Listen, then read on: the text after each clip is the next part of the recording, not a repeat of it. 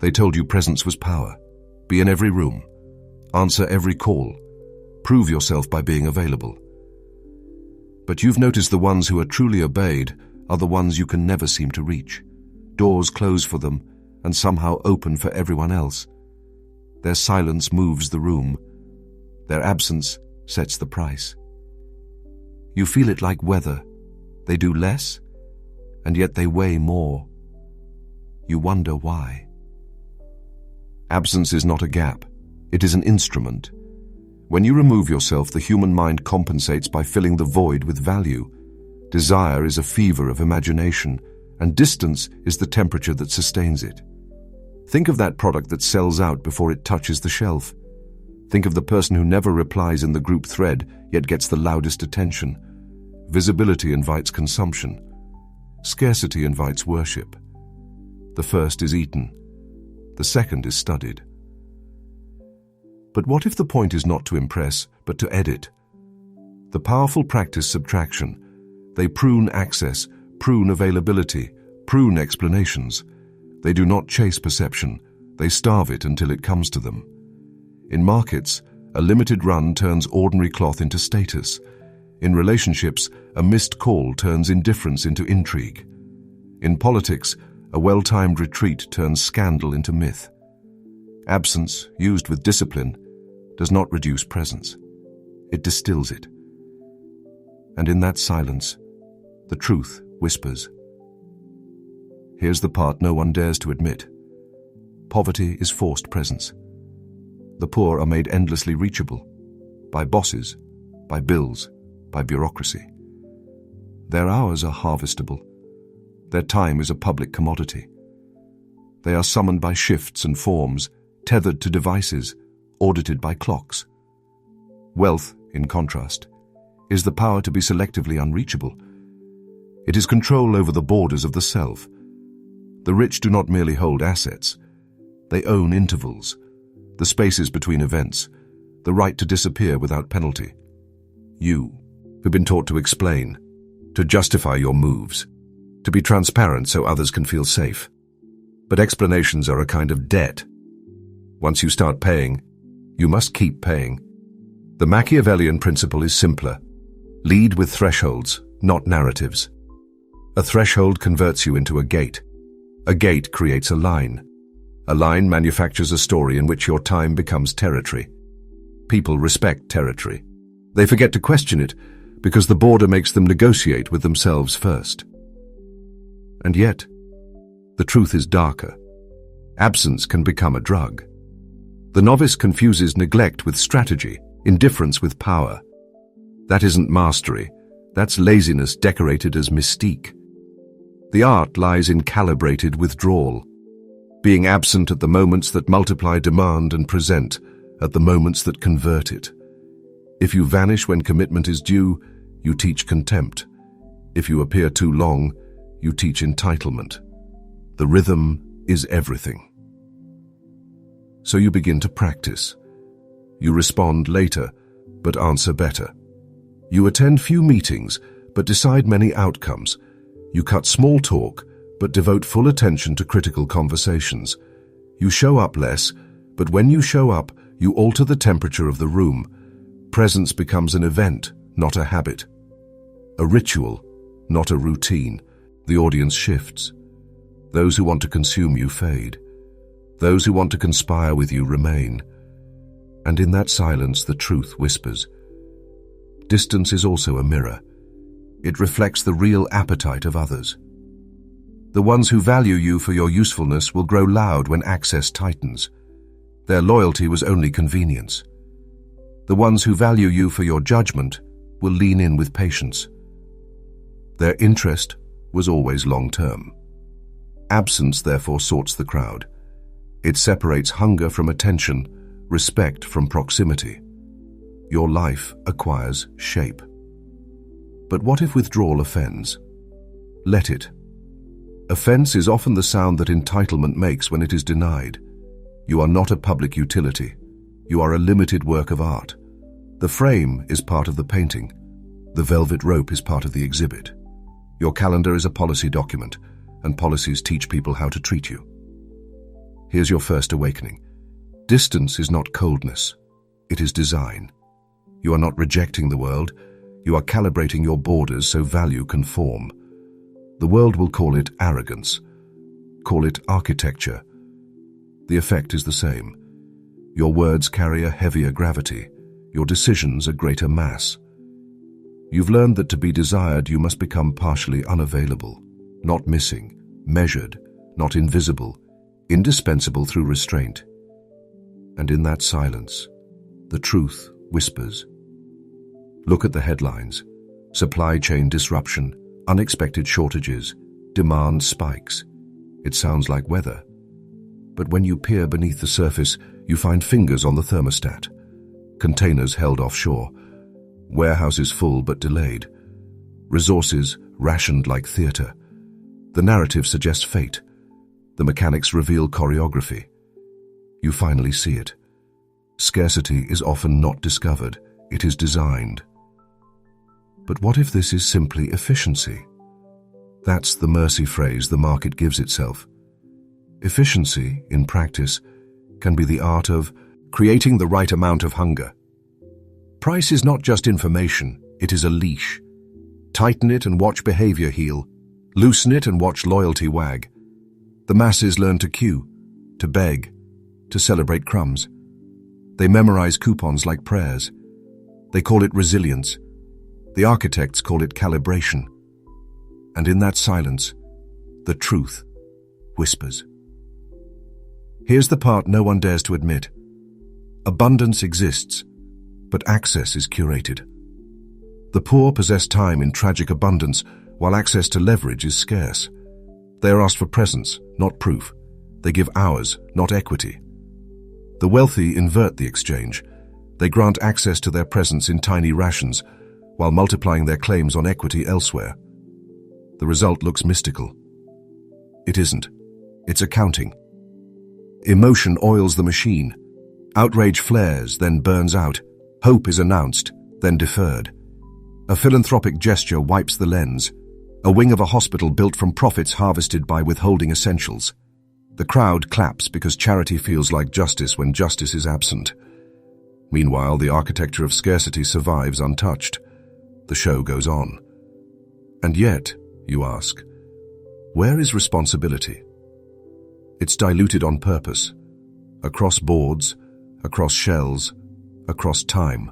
The genius of modern scarcity is that no single hand closes the door. Everyone nudges. No one owns the lock. People accept the story because no villain appears. But systems don't need villains when incentives vote. Strategy then is patient. Delay a shipment to move a price. Leak a whisper to move a market. Starve attention where it questions. Flood attention where it buys. Allow the illusion of choice while guiding the path with fences hidden in the grass. If you can set the hour of delivery, you can set the mood of the crowd. Morning hunger is different from evening hunger. Price moves with mood. Mood moves with you. And in that silence, the truth whispers. Here's a darker revelation. Manufactured scarcity isn't only about goods. It is about meaning. When everything is made abundant, content, noise, opinions, silence becomes rare. Clarity becomes a luxury product. Attention becomes the scarcest resource of all, and the few who can protect it become kings. This is why those who rise are those who ration their inputs and export judgments, not ours. The factory of want runs on your distraction. If you cannot guard your attention, you will be taxed by every headline, every buzz, every algorithmic nudge. But what if you could invert the factory? You can, not globally, but locally. You can stop being a consumer of scarcity and become a producer of value. You do it by setting terms. You charge in outcomes, not minutes. You trade in results, not replies. You build a vault around your focus and sell what comes out of it with a premium. You stop paying the panic tax. You stop bidding against your own time. And in that silence, the truth whispers. The lesson is harsh, but clean. Value grows in the shadows cast by controlled access. The masses are trained to chase light. The rich learn to shape shade. You don't need to hoard goods to become powerful. You need to hoard leverage. Withhold immediacy. Withhold predictability. Sell certainty in doses. Let desire ferment. When expectation matures into need, name your terms. You begin to see scarcity everywhere as a choice. It doesn't make you cynical. It makes you precise. You stop trusting declarations. You measure incentives. You stop worshipping apologies. You trace the profits. You stop looking for villains. You study the valves. And slowly you stop being herded by shortages and start setting your own thresholds. You learned how factories of want are built. Now, you stop working in them. You start owning the switches you can reach. And in that silence, the truth whispers. Every day, a new story tells you what to feel. Fear at dawn, outrage at noon, relief by evening. A scandal erupts, then dissolves under a soothing wave of cuteness. A failure is staged in public to earn sympathy for the private success locked behind hedges and clauses.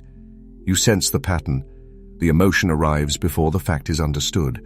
The plot is sold before the truth is known, and the crowd moves as one. But what if this is not incompetence, but craft? The theater of emotion farms obedience with predictable crops. Fear primes attention. Envy sustains curiosity. Hope purchases the sequel. Each act cashes out in clicks, votes, purchases. Each reaction converts into a measurable asset. The architects do not care what the crowd believes, so long as it continues to feel on schedule. And in that silence, the truth whispers. Here's the part no one dares to admit. Emotion is not the enemy of reason. It is the instrument of rule. People believe they're thinking, but they're often negotiating with mood. When narrative arranges facts, it exerts a gravity your mind mistakes for truth. You accept the story because it feels complete. You repeat it because it gives relief. Control does not shout commands. It composes feelings. Consider confession as product. An influential figure disappears during scandal, only to reappear with a polished apology. Tear at the right moment. Pause at the right note. Absence rinses the sin. Return sells the redemption. The market forgives because the script is familiar and the rhythm is soothing. Meanwhile, the consequences are outsourced to a version of accountability far from the stage lights, fines without admission, settlements without guilt. And yet, the truth is darker. The theatre needs a loyal audience. It rewards obedience with belonging and punishes skepticism with boredom. If you question the plot, you lose the chorus. If you refuse the mood, you lose the music. The price of awakening is loneliness, a parking lot after the show, where the echo of your own thinking becomes your only company. Not many choose it. Most prefer the warmth of synchronized outrage to the chill of solitary clarity. And in that silence, the truth whispers. What is the counter-move? You cultivate emotional detachment, not numbness, not cruelty, but distance. You let feelings arrive without letting them sign the contract. You create an inner delay line. Between stimulus and response, you insert a question. Who profits if I feel this now? You stop being a piece. Up it. You become a witness. The strings are still there, but they no longer find grip. Strategy follows. Stop consuming live drama. Consume results. Read after the frenzy. Look for incentives behind apologies. Trace the profits behind the pity. Evaluate claims without the soundtrack. When you do, your time horizon lengthens, and long horizons are where power compounds. The crowd will call you cold. You will call it clarity. But what if you want to move people yourself? Then do it ethically by refusing to yank emotions you wouldn't want used on you. Speak in structures, not shocks. Provide context, not just heat. Use story to illuminate, not to blind. Words can be torches or cages. Choose your architecture. And in that silence, the truth whispers. Your awakening deepens. The theater is permanent. The only freedom is to choose when you attend and who sits beside you. You quit being cast as the audience member who claps on command. You enter the balcony where narratives are studied like weather patterns.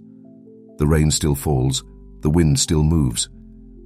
But you have a map, and the umbrella is yours to open or close.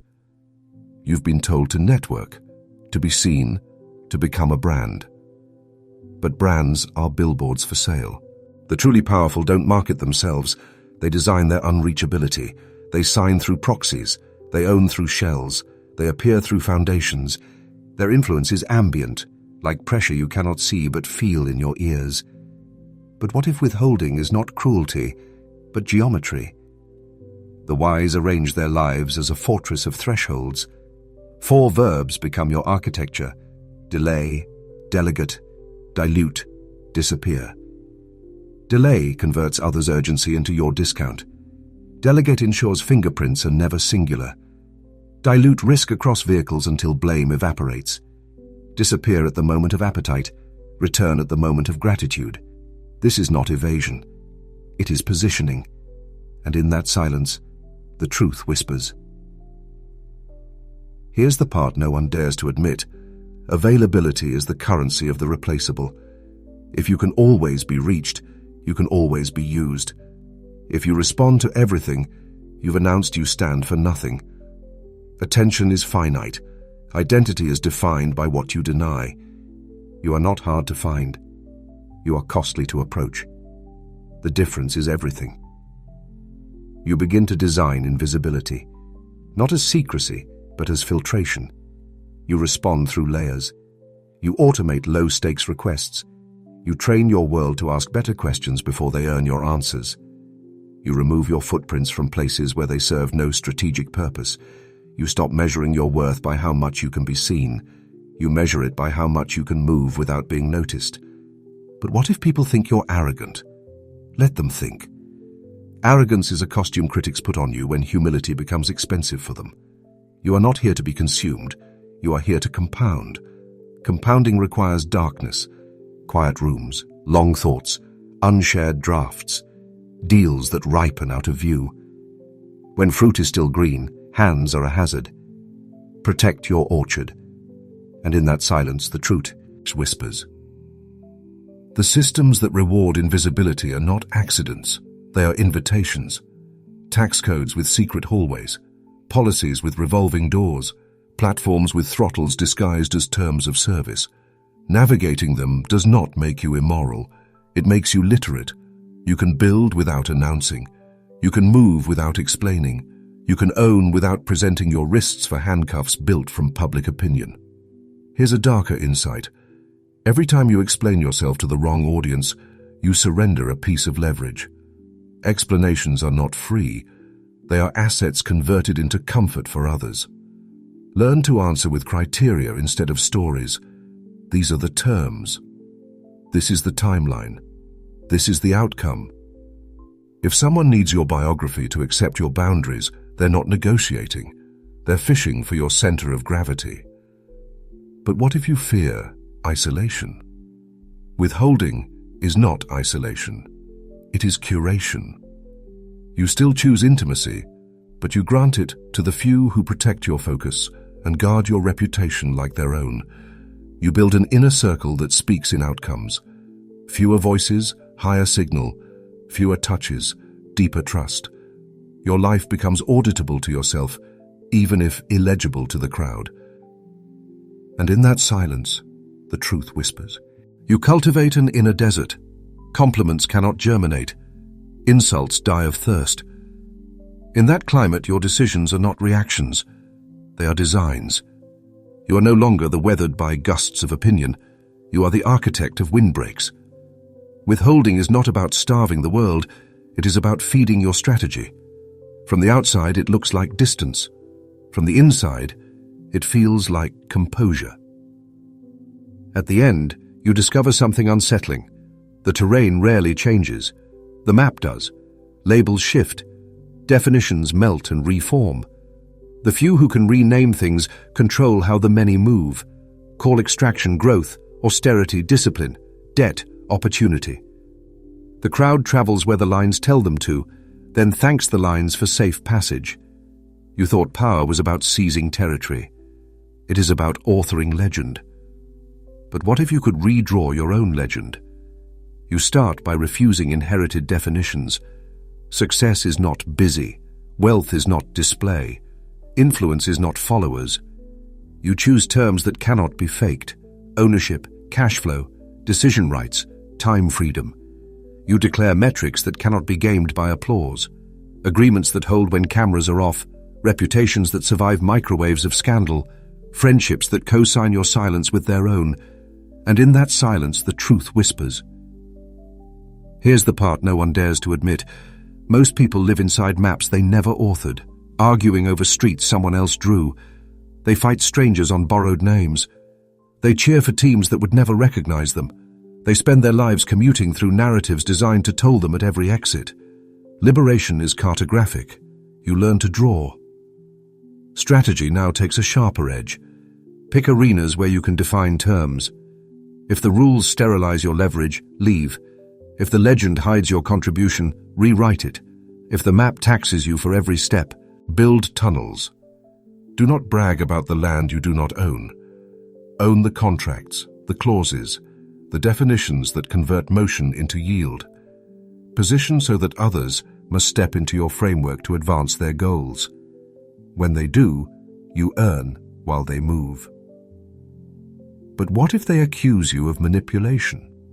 Remember, anyone who benefits from the existing map will call the new map a threat. That is not a moral argument.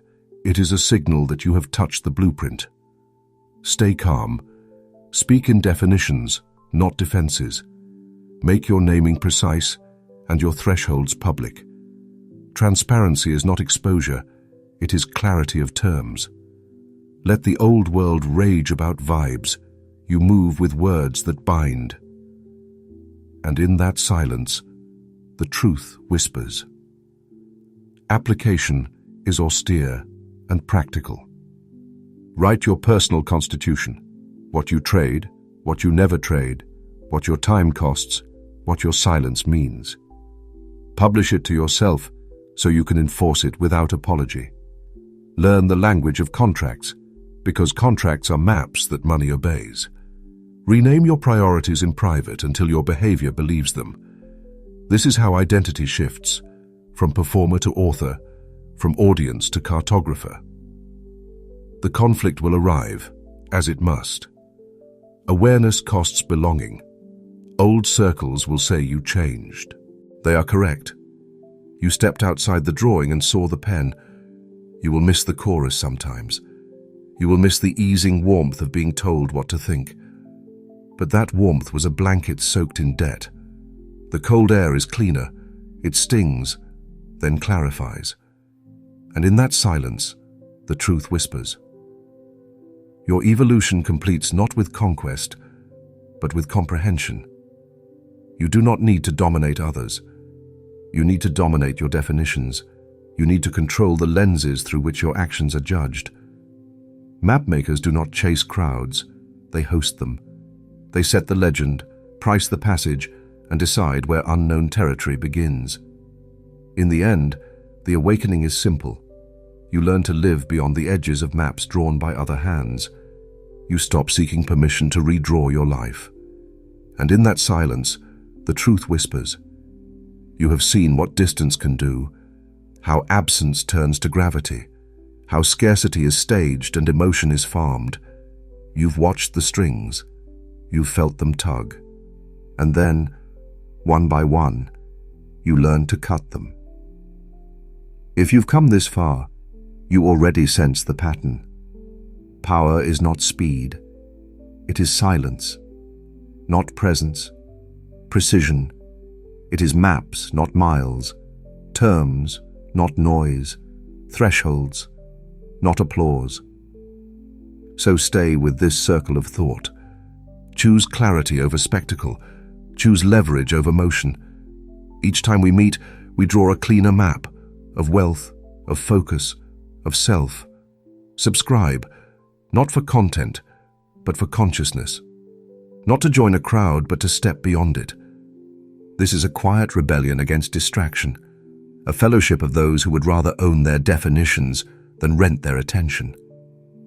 If you are ready to move in the dark with discipline, to let distance design your value, to see the game and stop being its prey, then step into the silence with us.